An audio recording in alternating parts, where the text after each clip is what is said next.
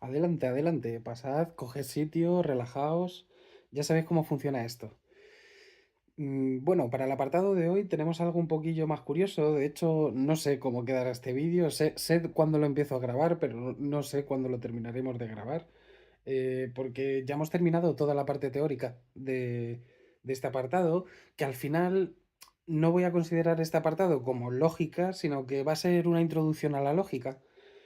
Y bueno, ya que hemos visto todo el apartado teórico, todo lo que nos corresponde con la teoría, pues lo que vamos a hacer es unos cuantos ejercicios con los cuales poder repasar un poco los temas que ya hemos visto.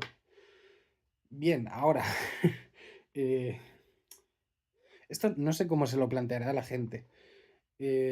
Yo soy una persona bastante densa y me gusta el apartado de la teoría densa, digamos, en las matemáticas y en la filosofía. Por eso yo no trato de engañar y trato de traer en mis vídeos, pues como veis, ni mucha edición, ni muchos efectos, ni muchos experimentos. Aquí a lo que venimos o a lo que yo vengo es a razonar y a tratar de enseñar a otros a razonar. Puedo entender que en estos temas que aún son de iniciación, mucha gente seguramente me dirá que tanta densidad pues no es necesaria.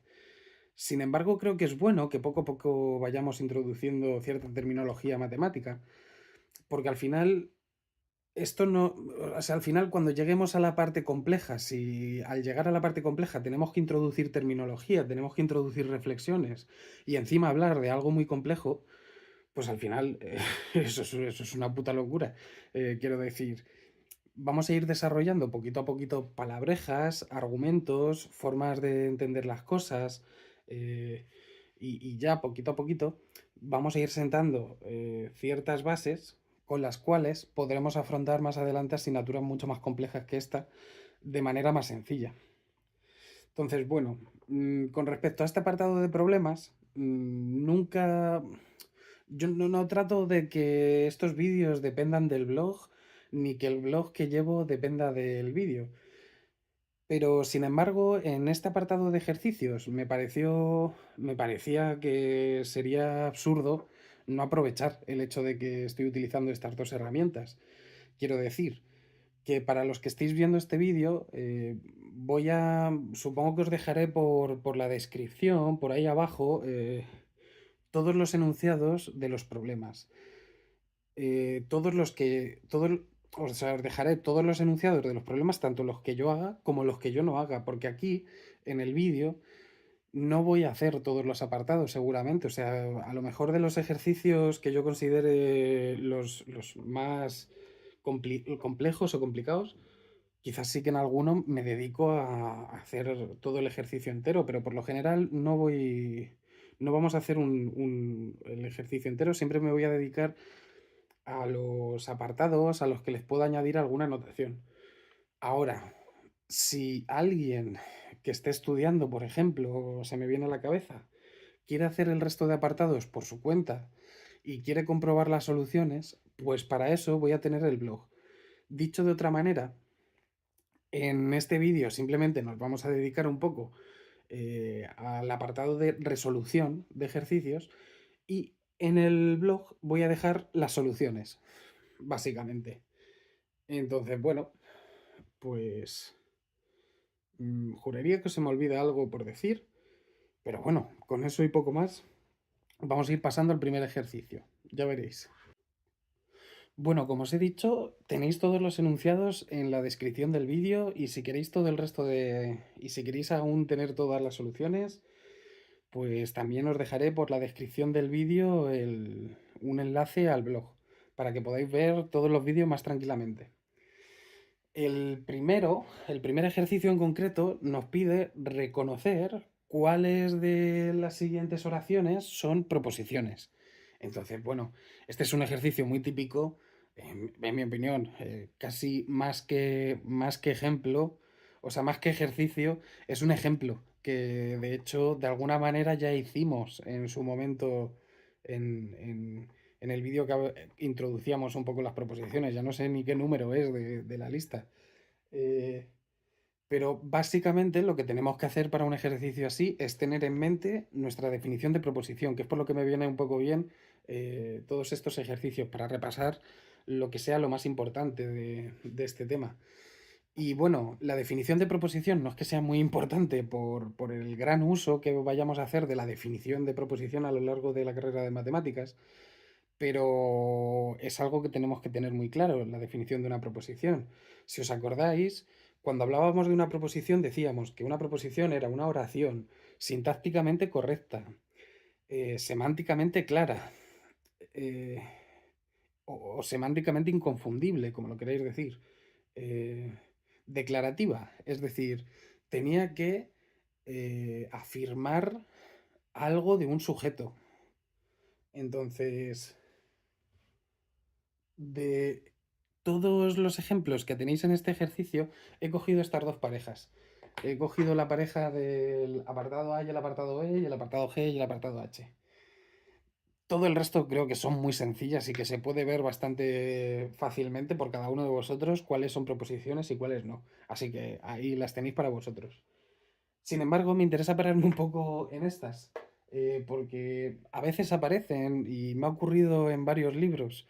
eh, no sabría ahora mismo poneros ejemplos, pero me ha ocurrido en varios libros que de repente te encuentras con la frase A en algún ejercicio de estos, de reconocer cuáles de estas oraciones serán proposiciones, y a mí no me parece una buena idea, verdaderamente, esta confusión. ¿Por qué? Pues porque si os fijáis, nosotros en la definición que hemos dicho de proposición, hemos dicho, tiene que ser una oración sintácticamente correcta. Bueno, estas dos son sintácticamente correctas y estas dos de aquí abajo son también sintácticamente correctas. Lo que pasa es que aquí la sintaxis que se está utilizando es una sintaxis matemática. O sea, esto no es una corrección según el lenguaje natural, sino que es una corrección según el uso de las matemáticas. Vale, pero si os paráis en estas dos, el segundo apartado ya no se cumple, porque hemos dicho oraciones sintácticamente correctas, semánticamente inconfundibles. Aquí, antes de empezar, habría que señalar que prácticamente todas las oraciones humanas tienen un pequeño componente de subjetividad y de interpretación. Pero sobre todo este tipo de expresiones que hacen referencia a cosas meteorológicas, ¿no? Porque al final, eh, fijaos, ¿qué significa que hoy haga un buen día? ¿Qué quiere decir eso? ¿Qué es un buen día, no? O porque a lo mejor para ti un buen día es un día soleado, que puedes ir a la piscina, y a lo mejor para mí un día soleado es un día lluvioso que me puedo quedar encerrado un poco en mi casa y estudiar tranquilamente. Entonces depende de los gustos de cada uno, ¿no? Por eso, estas dos me gusta meterlas en este ejercicio para hacer esta pequeña anotación que estamos haciendo de ellas, que la primera yo personalmente no la consideraría una proposición, porque habría que definir lo que es un buen día. La segunda, aun siendo confusa y bastante ambigua, porque ¿qué significa que haga sol? ¿Quién hace sol? Es algo que se podría cuestionar, pero al final en nuestro día a día yo creo que se puede usar con bastante menos ambigüedad la expresión de hoy hace sol que la de hoy hace un buen día, claro. Hoy hace un buen día, pues según quien defina lo que es lo bueno y lo malo, pero hoy hace sol es algo bastante más inconfundible, que es a lo que nosotros buscamos. De todas formas, sigo diciendo que todos estos ejemplos de lenguaje natural los estamos utilizando un poco de ejemplo al sorpaso, al final, porque con tal de que lleguemos a las matemáticas, nos vamos a dejar de hacer ejemplos en el lenguaje natural. Entonces, esto es un poco para no olvidar de dónde estamos partiendo. Por otro lado, tenemos estas dos expresiones que, si os dais cuenta, ya son lenguaje matemático. Esto ya sí, se trata de lenguaje matemático. Sin embargo, hay una diferencia entre las dos. Eh, Vamos a suponer, ¿no?, que todas las variables, todos estos elementos, nosotros ya hemos utilizado algo en la educación obligatoria y que aunque yo no he explicado nada de estas cosas, de qué son esas A's y esas B's, ni esas X, Pues vamos a suponer que algo de manejo tenemos de ellas de la ESO. La primera de estas oraciones, el apartado G, sí es una proposición, porque está declarando una propiedad de un par de números A y B. Está diciendo que si coges la suma de cualquier par de números y la elevas al cuadrado, pues el resultado va a ser lo mismo que hacer toda esta parte de aquí. Por eso se le llamaba identidad notable a esta cosa. Es una identidad, es una proposición, ¿no? Identifica una parte con la otra. La segunda es una ecuación y existirán maneras de utilizar ecuaciones de tal manera que sean parte de una proposición.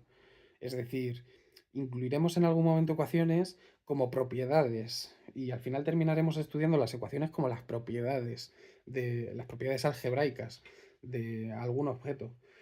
Pero sin embargo, cuando nosotros tenemos esta expresión aquí, así, a falta de más contexto, esto al ser una ecuación, nosotros no podemos decir que esto sea una proposición, por el simple hecho de que nosotros dijimos que las proposiciones son oraciones sintácticamente correctas, semánticamente inconfundibles y declarativas. Esto no está declarando nada. Esto se está cuestionando en verdad. Cuando nosotros escribimos esto, nosotros nos estamos preguntando quién es el número que cumple, que cuando lo metes en X, ¿no? Cumple esta igualdad. En este caso, x es igual a 4. Y esto que estoy diciendo sí es una proposición. Pero escribir esto no es una proposición. Entonces, bueno, más o menos lo que nos ha quedado es que esta no es, esta sí que lo es, esta sí que lo es y esta no. Me gusta porque además ha quedado ahí simétrico. Así que bueno, con esto nos vemos en el siguiente ejercicio. Bueno, ya os he dicho que no iba a escribir los ejercicios completos, que verdaderamente aquí en los vídeos el ejercicio es un poco una vía para la explicación, o sea, para seguir aún profundizando en la teoría. Ya os he dicho que si alguno de vosotros está interesado en en resolver estos ejercicios, os recomendaría que os paséis por el blog, ahí tenéis todas las soluciones y en la mayoría de ellos he intentado hacer resoluciones, entonces pues tenéis una manera de hacerlo. Que por cierto, esto es algo que siempre viene bien recordar, ¿no?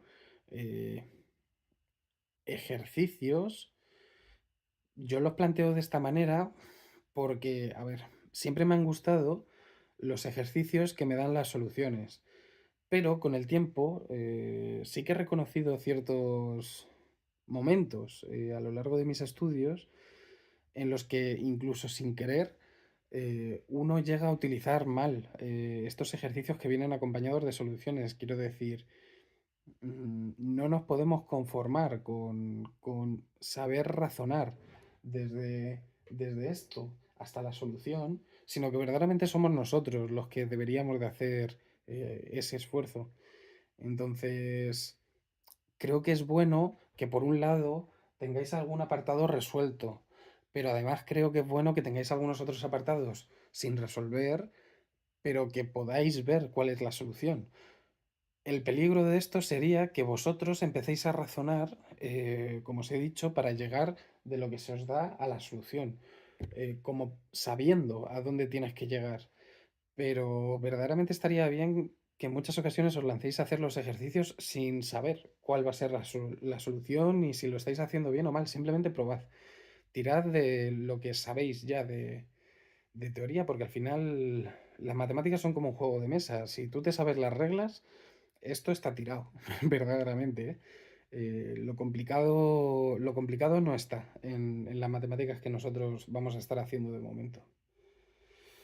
Bueno, este ejercicio también es muy típico, el ejercicio número 2 es muy típico de cuando se está introduciendo uno en proposiciones y ya ha visto un poco lo que son las proposiciones simples y las proposiciones compuestas, conoce un poco los conectores. Estos ejercicios simplemente nos dan siempre en el enunciado unas cuantas proposiciones. En este caso nos dan PQR, P yo soy feliz, Q estoy comiendo pasta, R estoy estudiando matemáticas.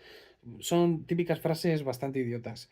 Y se trata de combinar nosotros, de hacer combinaciones o en este caso nos dan las combinaciones hechas, las combinaciones de conectores y de proposiciones, y nosotros ahora lo tenemos que traducir al lenguaje. Dicho de otra manera, si en el ejercicio anterior nos daban algunas oraciones y nosotros teníamos que reconocer cuáles de ellas eran proposiciones y cuáles no, ahora nos dan el significado de algunas proposiciones, el significado natural, el significado en el lenguaje natural de algunas de estas proposiciones, y nosotros tenemos que traducir esto que es lenguaje lógico al final al lenguaje natural, digamos.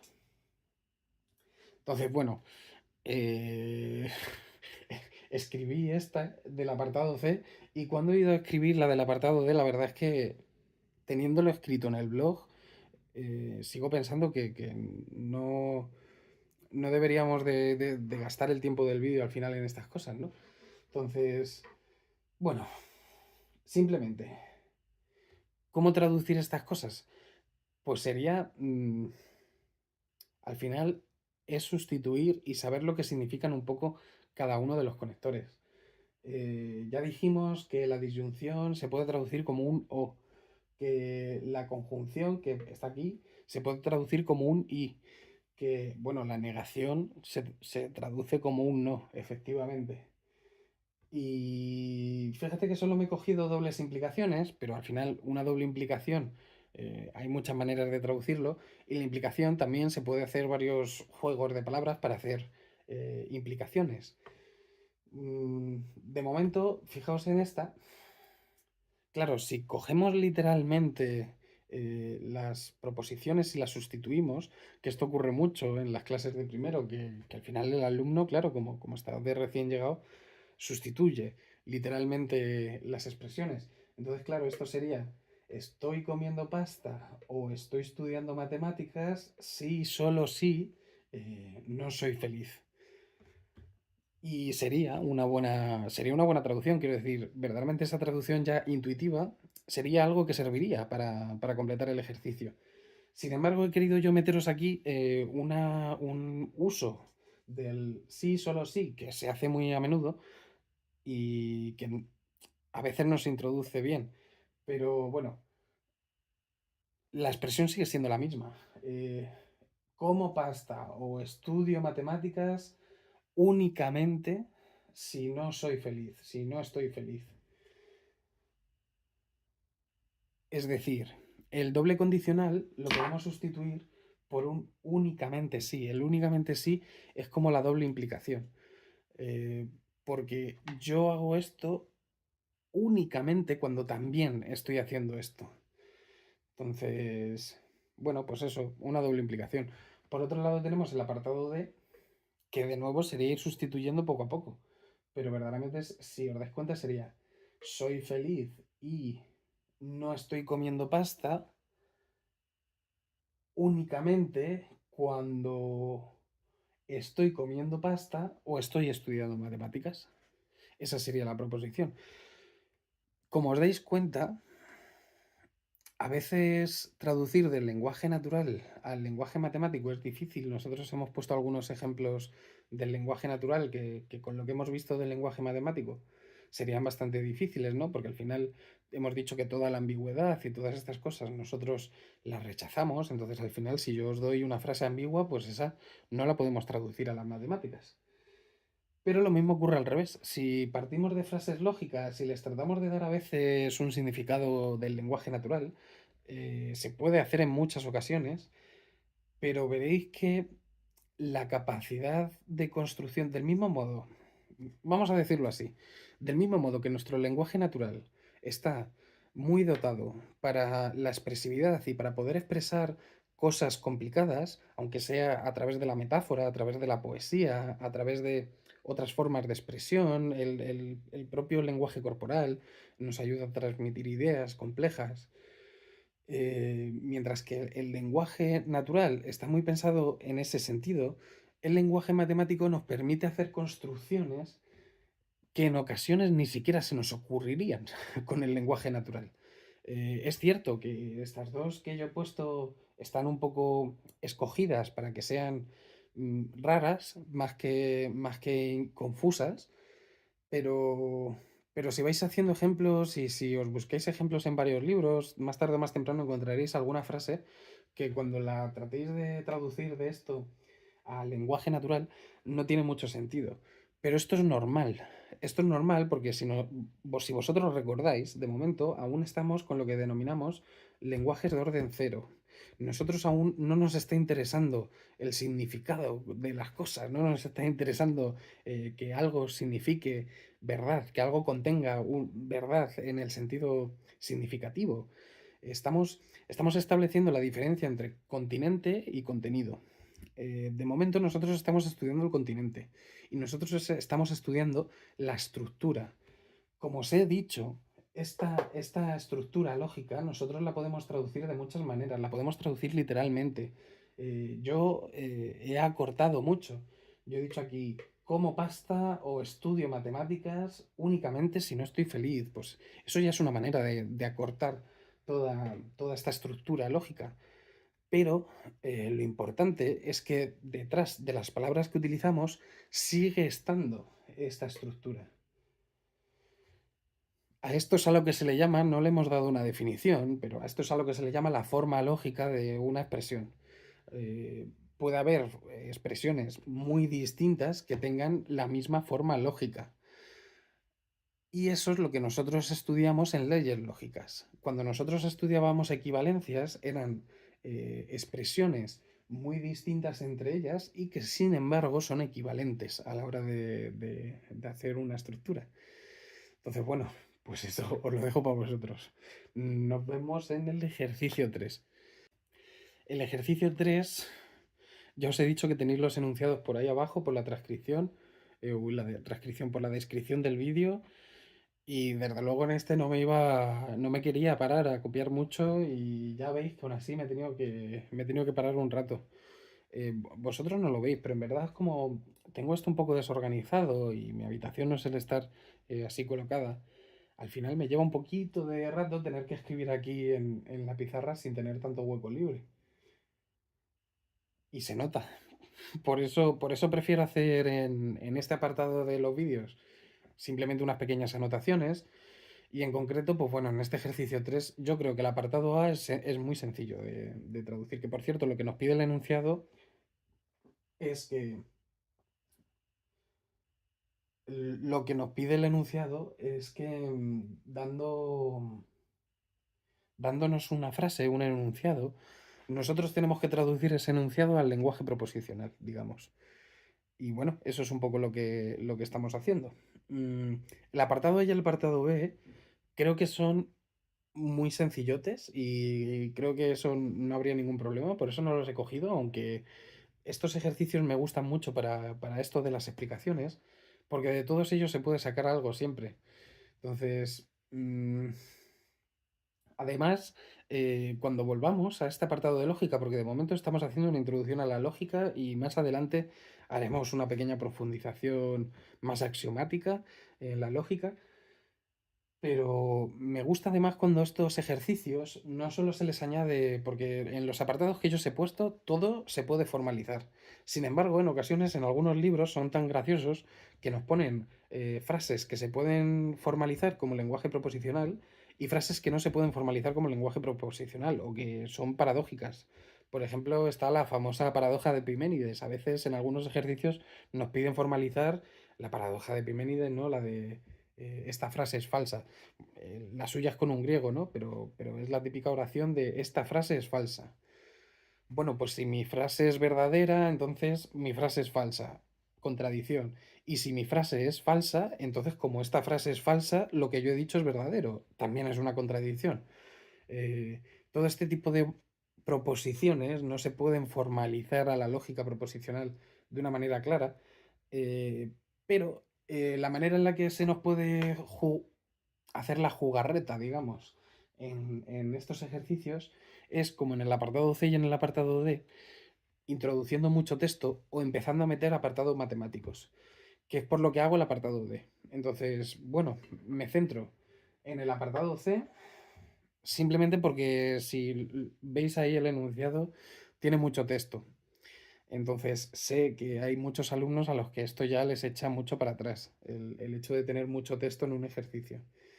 En concreto, este nos dice, que lo tengo aquí, si hay gente antes que yo en la tienda, entonces me tengo que esperar a que me atiendan. Fui a la tienda y me atendieron directamente. Luego, no había nadie antes que yo. Esto, si hacéis un repaso de todo lo que hemos visto ya de lógica, esto es a lo que nosotros llamamos un argumento. Estos son una serie de premisas encadenadas de las cuales vamos a sacar una única conclusión. Ahora, dentro de esa oración, ya os dije que esto no funciona exactamente así, pero nosotros tenemos que identificar las proposiciones y siempre viene bien reconocer verbos y ver qué verbos están subordinados y qué verbos no están subordinados. Por ejemplo, fíjate, tengo que esperar a que me atiendan. Jolín, es que esta frase tiene el tengo que esperar y que me atiendan. ¿Cómo sabemos dónde está una proposición? O sea, porque esto es una proposición y no son dos. Bueno, pues esto al final con el tiempo vamos a ir desarrollando un poco estas herramientas. Verdaderamente lo mejor que hay para esto es práctica, más que una explicación teórica. Aún así, ya os digo que cuando volvamos al lenguaje proposicional, quizás viéndolo desde un apartado más axiomático, también consigamos herramientas para afrontar este tipo de problemas.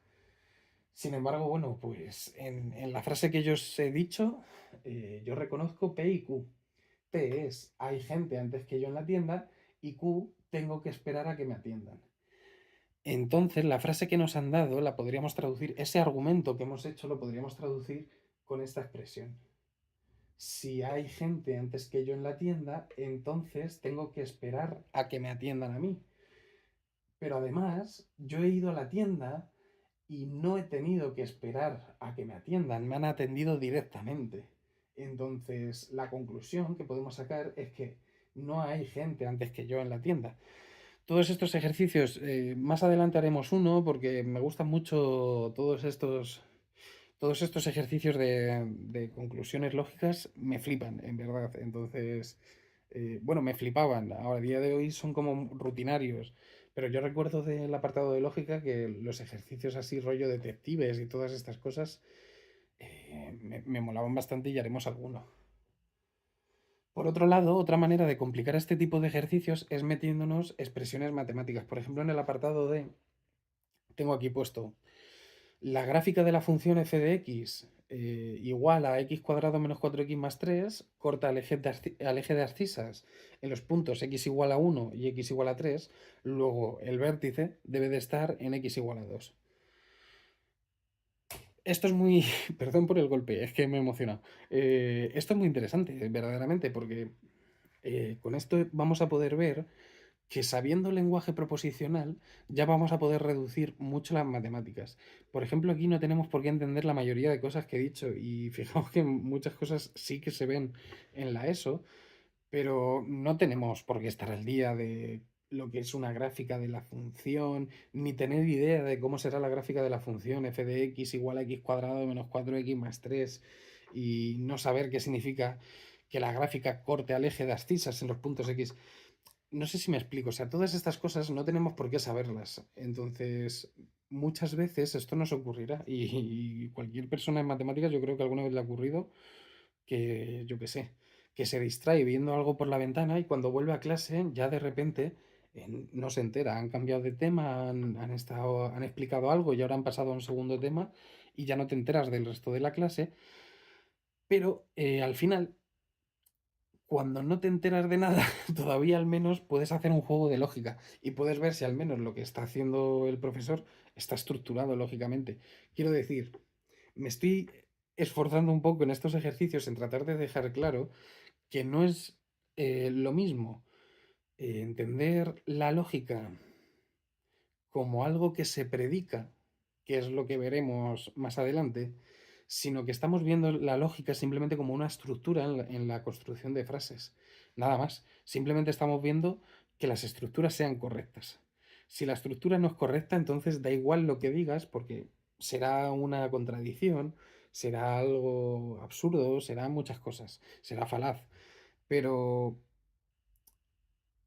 una vez tenemos una buena estructura, lo cual es algo bastante sencillo e independiente de su contenido, por lo cual, aunque tengamos expresiones ya muy matemáticas, esto no nos va a afectar, porque fijaos que esta proposición es larga, o sea, tiene también bastante texto. La gráfica de la función f de x igual a x cuadrado menos 4x más 3 corta el eje de abscisas en los puntos x igual a 1 y x igual a 3. Luego, el vértice debe de estar en x igual a 2. Todo esto es una frase bastante normal en matemáticas. Y sin embargo, fijaos que si reconocemos las proposiciones P, la gráfica de f de x igual a x cuadrado menos 4x corta el eje... Si reconocemos todo eso y reconocemos la frase Q, que es el vértice debe de estar en x igual a 2, perdón, que aquí me ha faltado eso, eh, entonces todo ese texto matemático y que a veces nos abruma se reduce a una simple implicación. Todo lo que hemos dicho en ese tocho es tan simple como estudiar una implicación. Este, que tenía bastante... no tenía mucho más texto que este, es mil veces, es bastante más terrible que la que nosotros hemos planteado en esta. Y sin embargo, si los alumnos se suelen saltar alguno de los 4 apartados, siempre es D, no, siempre es este último que hemos hecho. Entonces, pues bueno, eh, nada, simplemente con eso hemos repasado un poco todos estos ejercicios. Me quedo sin tiempo, así que supongo que... Es que no sé cómo voy a hacer este vídeo. Entonces, puede ser que continúe a partir de aquí y que me veáis incluso cambiado de ropa y demás. O no sé si haré un pequeño corte y vosotros seguiréis viendo el vídeo, porque lo subiré los dos un poco más de golpe. Así que bueno, de momento me dejo este guante por si lo quiero coger. Así que con esto y poco más seguimos con los ejercicios el próximo día. Seguimos sintonizando. Chaito.